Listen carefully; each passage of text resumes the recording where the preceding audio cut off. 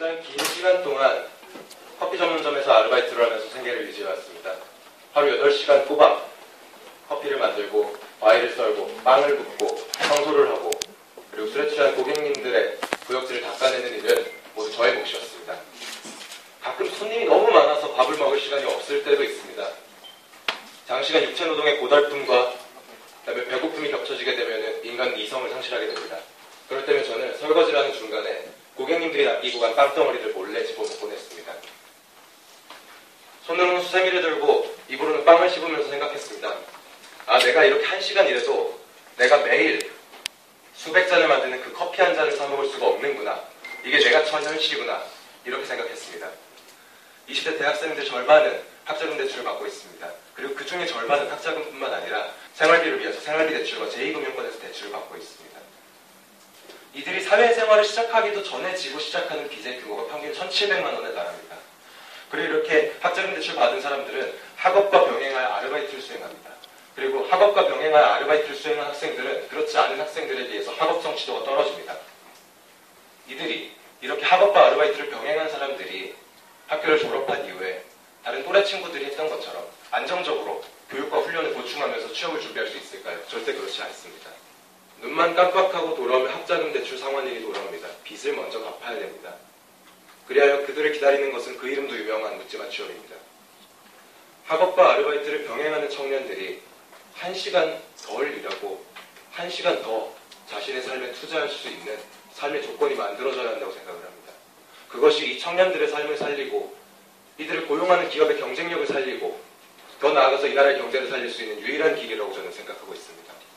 자식이 부모로부터 대물림 받아야 되는 것은 부모의 사랑과 DNA이지 가난과 절망이 아닙니다. 지금 오늘을 살아가는 이 청년들의 구체적인 현실이 어떻습니까?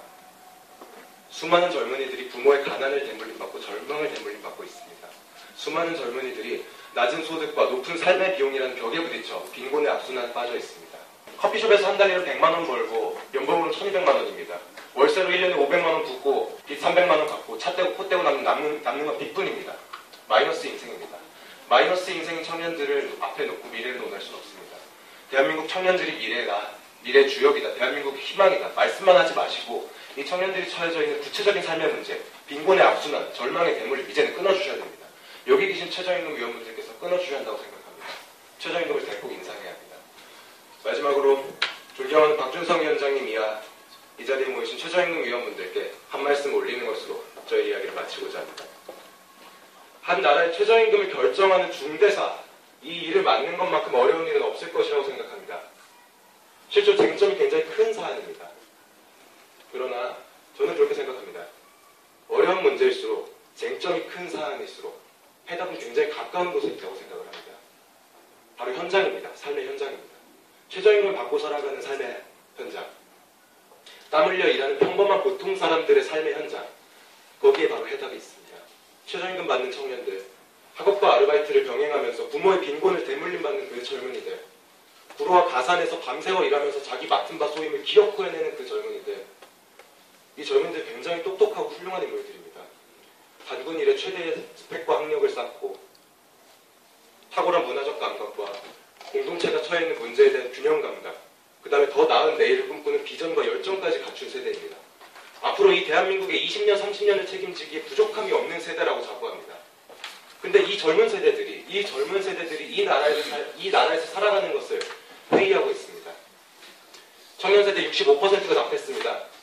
할 수만 있다면 이 나라를 떠나고 싶다. 2030 세대 사망 원인의 압도적 1위는 자살입니다. 오늘날 젊은이들은 사랑하는 연인과 결혼하는 것을 망설이고 아이 낳기를 주저합니다. 젊은 사람들이, 청년 세대가 이 삶을 회의하고 삶을 포기하는 나라에서 미래를 이야기하기 어렵다고 생각합니다.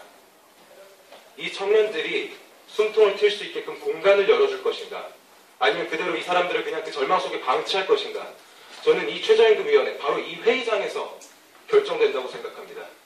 부디 최저임금 위원분들께서 현명하게 논의해 주시고 현명하게 결정해 주실 것을 기대하고 믿겠습니다. 저희 이야기를 마치겠습니다. 감사합니다.